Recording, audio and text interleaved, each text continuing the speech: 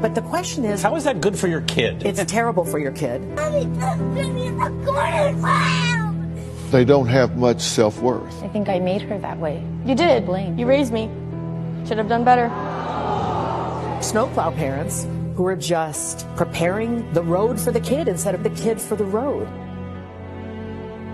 Sometimes you get distracted with sadness, so you just don't know what to do. They won't be able to go to school, they can't sleep because they're too anxious. Go! Get up! Go! Get up! Kids grow up, they can't do for themselves. They don't have life skills, they don't have the skills needed in the workplace. So how do you avoid that if you're a parent? My parenting is causing my daughter to be ostracized and isolated and to feel horrible and to miss out on opportunities to be with her friends. But do I want her to have those opportunities?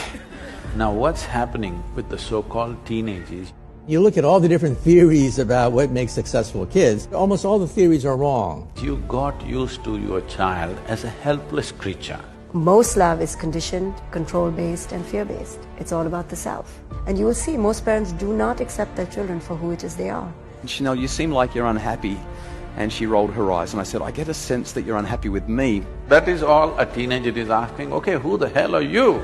Because they're not good enough, or great enough, or fabulous enough, or not some accolade enough. They're always doing things that by and large are destructive. The main battle is my child is not who I thought my child would be. Kids go into the kitchen and pull out all the pots and pans and start banging on them. What's the first thing you say as a parent? Stop making all that noise. Stop the racket. You're getting the pots and pans dirty.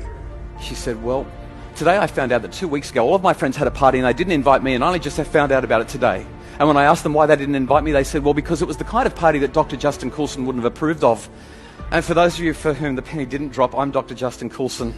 I show parents that the reason they can't do this, accept their child unequivocally for who it is they are, is because they haven't accepted themselves for who it is they are.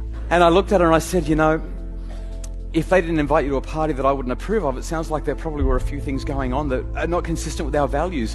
You have a lot of high IQ people who become marginal members of society. Part of it is your personality that is formed when you're very young. Was there alcohol being consumed and potentially misused? She said, yes.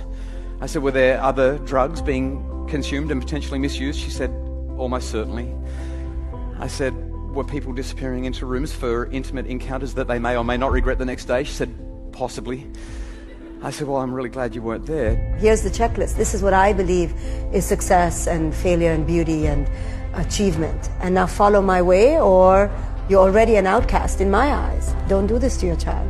And so I said, do we need to revisit the rules? She looked at me and said, Dad, I know why we have the rules. I've been part of the conversations, remember? I said, okay. I said, I want to ask you a tough question. You're nearly an adult. You're a year and a bit off being an adult. Now, I think these are good rules, but do we need to rethink the rules? And then I waited and my heart pounded. And eventually she said, Dad, I don't like the rules. And my heart stopped. And I started to think of how to respond.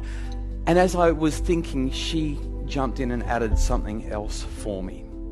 She said, right now, Dad, I don't like the rules one little bit. But they're good rules. I think we should keep them. This is the kind of line that every parent dreams of hearing from their kids. The heavens opened and the angels started singing, and I just wanted to hug her. I was like, yes. This is the greatest lesson for parents. If you've paid attention to the story, you don't get it by saying, well, damn it, they're good rules and I expect that you will keep them. That's part of being in this family. That's called control. And that's not how we get to this point. Instead, we get it through this thing called autonomy. To truly love someone, it's truly loving the other for who it is they are, with no you in the picture. They don't have to love you back. They don't have to need you. They don't have to agree with you. They don't have to adhere to you. Force creates resistance. But great relationships build autonomy, which allows us to leverage trust, which builds massive influence. If you want to be somebody to that new fresh life which has come, you must not have defined boundaries of who you are. So then I make them see how it's now being projected onto the child. Don't do this to your child. Your child is okay and whole in their ordinariness. The child doesn't need more to feel more. eventually we've got to let go. We've got to let our kids make decisions for themselves. We've got to let our team make decisions for themselves. We can't do it all for them. Drop this damn thing that your child belongs to you. Another life does not belong to you. If another life has chosen to be with you, please cherish that.